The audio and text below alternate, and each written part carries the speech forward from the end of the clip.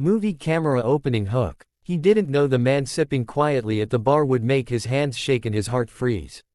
One question, one name, turned a casual night into a moment he'd never forget.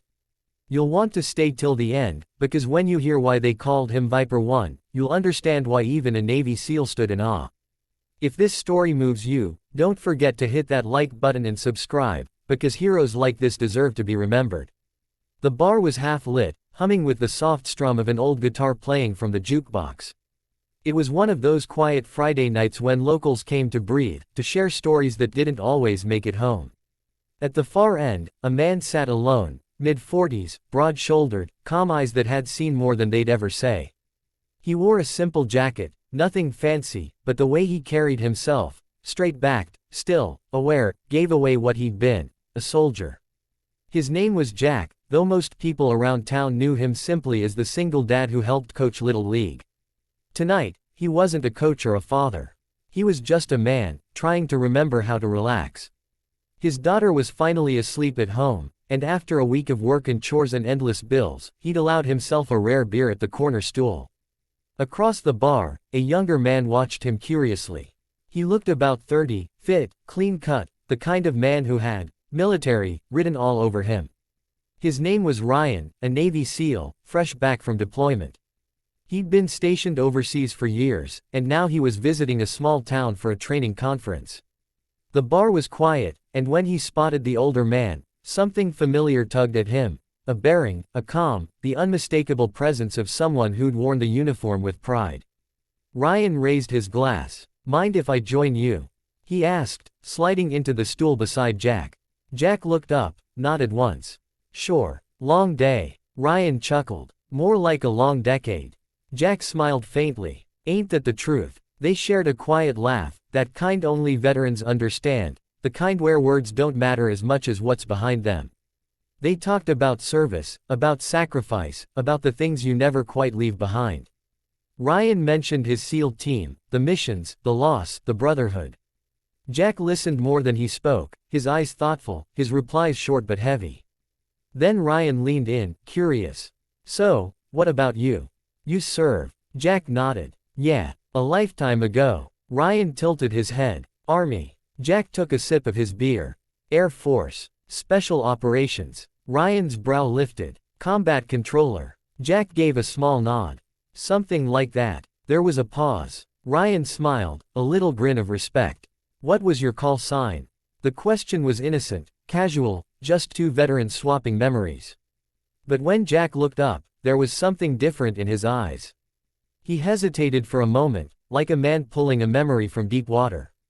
Then he said quietly, "Viper 1." The glass slipped from Ryan's hand. Beer spilled across the counter, but he didn't even look down. His eyes widened. His heart thumped. "Wait, what did you say?" Jack looked confused. "Viper 1. Ryan stood frozen. "No way, you're Viper 1. The entire bar went silent as he stared at Jack, his voice trembling. "You're the guy from Kandahar, Operation Silent Falcon, you're the one who..." Jack raised a hand gently. "That was a long time ago." But Ryan couldn't stop. "You're the reason we made it out alive. I read your after-action report in training. You guided us in, under fire, took shrapnel, refused to evac till every last man was clear. They said you disappeared after the mission." Jack gave a faint, bittersweet smile. "Didn't disappear. Just came home." Ryan's throat tightened. In the military world, Viper 1 was a legend, a name whispered in gratitude and awe. He wasn't just a combat controller. He was the voice that had led a team of pinned-down SEALs to safety under impossible odds. Every SEAL in Ryan's class had heard the story of a man who called in danger close airstrikes while bleeding out, refusing to quit. They said his calm voice over the radio had kept dozens of men alive. And now he was sitting here, alone, drinking a cheap beer in a small-town bar. Ryan felt his chest tighten. Why didn't you ever take the medal? The recognition. Jack sighed. "Because medals don't raise kids. My wife passed while I was overseas. My little girl needed a father, not a hero. So, I came home. Took off the uniform. Tried to live." The words hung in the air. There was no bitterness, no regret, just quiet truth. Ryan looked at him differently now, not just as a hero, but as a man who'd sacrificed not only on the battlefield, but in the life after it. Jack continued softly, "You know, people think the fight ends when you get home. But for some of us, it just changes. The hardest battles aren't with bullets.